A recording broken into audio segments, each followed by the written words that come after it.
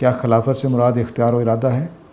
نہیں، میں نے واضح کر دیا، اختیار و ارادہ فرشتوں کے پاس بھی ہے، جنات کے پاس بھی ہے اور ہمارے پاس بھی ہے۔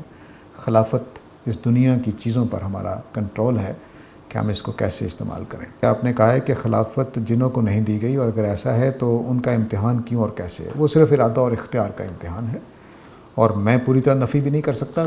قرآن کے الفاظ کی وجہ سے میں کہہ رہا ہوں کہ زمین پر خلافت ہمیں دی گئی ہے، کسی اور مخلوق کو نہیں دی گئی۔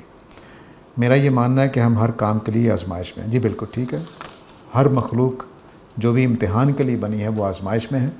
جنوں کے بارے میں ہمیں واضح ہے کہ وہ امتحان کے لیے بنے ہیں، فرشتوں کے بارے میں واضح ہے کہ وہ امتحان کے لیے نہیں بنے ہیں۔ تو فرشتوں کا تو امتحان نہیں ہو رہا، لیکن جنات کا امتحان ہو رہا ہے، ہمارا ہو رہا ہے۔ قرآن نے کہا بھی ہے، سورہ رحمان میں جا کر بالکل واضح ہو جاتا ہے۔ ہیومینٹی میسج، سر یہ ٹرم ہمارے ہاں موجود ہے۔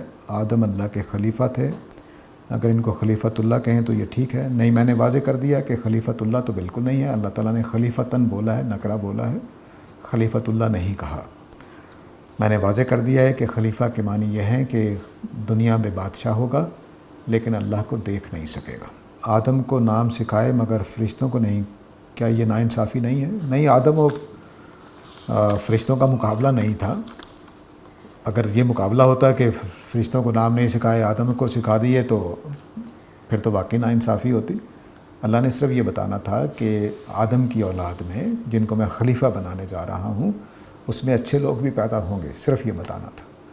تو حضرت آدم کے ذریعے سے اس لیے بتایا کہ جن کی اولاد ہے وہ اپنا تعارف خود کرا دیں، بس اس سے زیادہ کچھ نہیں ہے۔ فلرز کی تخصیص کیوں ہے؟ فلرز کی تخصیص اس لیے کہ ہمیں ہمارا جو رہنے کی جگہ ہے وہ اسی کو بنایا گیا ہے، لیکن سورہ رحمان سے اور یہاں پر بھی اشارہ کہہ لیجئے، اس سے معلوم ہوتا ہے کہ کوئی دائرہ ہے زمین و آسمان کے اندر جہاں تک ہماری پہنچ ہے، کیونکہ قرآن نے کہا ہے کہ تم اقطار السماوات والارض سے نکل نہیں سکتے ہو۔